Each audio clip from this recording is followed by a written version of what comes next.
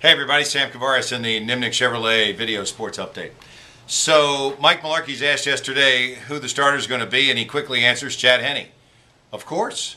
I mean, you got to give Mularkey some credit that he's always said whoever gives them the best opportunity to win a football game, and Henne clearly proved that Sunday.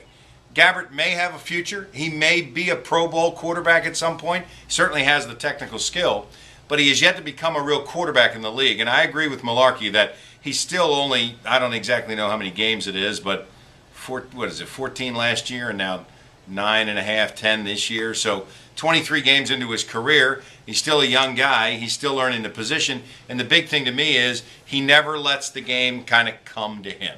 You know, it's still real fast. It's still a lot of this instead of just letting the game come to him. And you see great quarterbacks who are savvy, and even some young ones like Andrew Luck. And obviously, if you watch Peyton Manning, he lets the game come to him and takes what the defense gives him, and consequently they march the ball downfield. Gabbert hasn't mastered that yet. There's a lot of things he's gotten better at, but that's not one of them. Chad Henne has enough experience to see that, and you could see that in the game Sunday. Throws 4 touchdown passes as the backup quarterback. The last backup quarterback to do that was Steve Young, who, oh, by the way, went to the Hall of Fame, and he did that back in 1987. It's the right call by Mularkey. Gabbert get an opportunity to stand on the side, heal up a little bit, learn a few things. We'll see how things go with Henne. He's certainly not a world beater, or everybody would have been beating out his door to get him as a free agent in the offseason. But he was an acquisition to do just this. If Gabbert got hurt, to be able to come in, and now maybe he has his opportunity to help Gabbert become a better quarterback in the long run. And as I said, give Mularkey some credit for not beating around the bush, not saying like Coughlin used to, it's a shoulder, or like Del Rio used to, where he just wouldn't tell us the truth. So Mularkey was asked, he said yeah, because anything else he would have said would have seemed really silly. I think the surprise announcement yesterday was when Will Muschamp said that Jeff Driscoll is going to play Saturday. He didn't try to hide it. He didn't try to soft pedal it.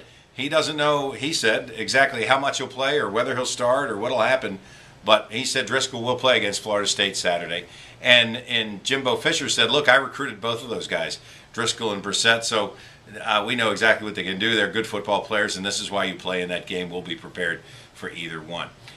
Number 4 versus number 10, and it's been kind of quiet so far about that. Both 10-1 teams, but remember, there is a scenario for Florida to play Georgia in the national championship game. Georgia's got to win the SEC title, which means beating Georgia Tech as well. Florida State has to lose to Florida, and Georgia has to beat Alabama. And oh, by the way, Notre Dame has to lose to Southern Cal. If those things all happen, the world's largest outdoor cocktail party could be in Miami in January, and wouldn't that be a lot of fun? I'm Sam Kavaris, and that's the Nimnik Chevrolet Video Sports Update.